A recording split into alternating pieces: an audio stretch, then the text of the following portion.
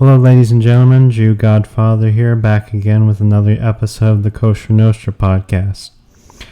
Okay, last episode we talked about Nazis who escaped to the United Kingdom or the UK, and we talked about Operation Surgeon and all that.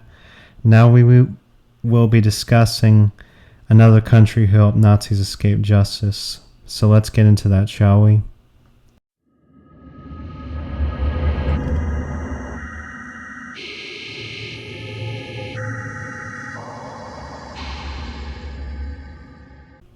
Okay, so let's get started.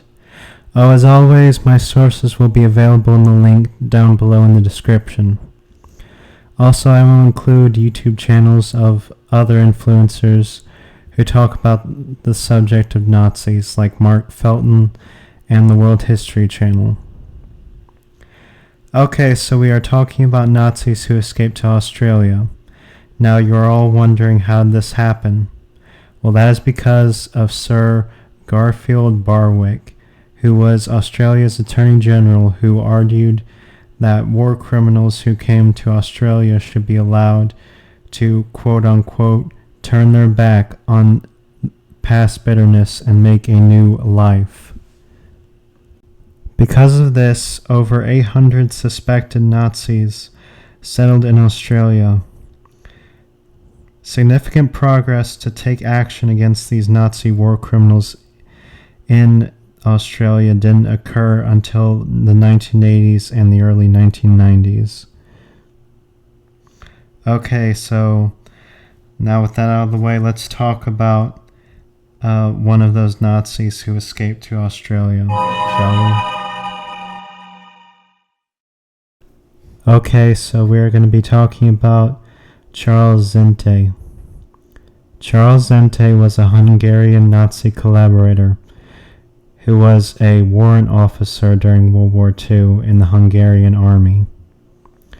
You see, Hungary was a supporter of the Nazis, and in 1944 the pro-Nazi party, the Arrow Cross, was put into power of the Hungarian government. During the same year, Charles Zentai murdered an 18-year-old Jewish man named Peter Balazs, whom he beat to death and then threw his body in the Danube River for not wearing the Yellow Star of David.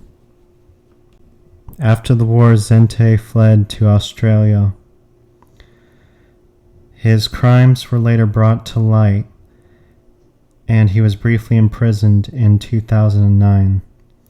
But however, Australia denied the request for his extradition, and Zentai was later released, and he later died in 2017 at the age of 96, able to live in freedom and also live a long life, unlike his victim or the other countless victims of the Holocaust which he participated in. It is also worth mentioning that him and no other Nazi has ever been punished by the Australian government. He was also known as the last known Nazi in Australia.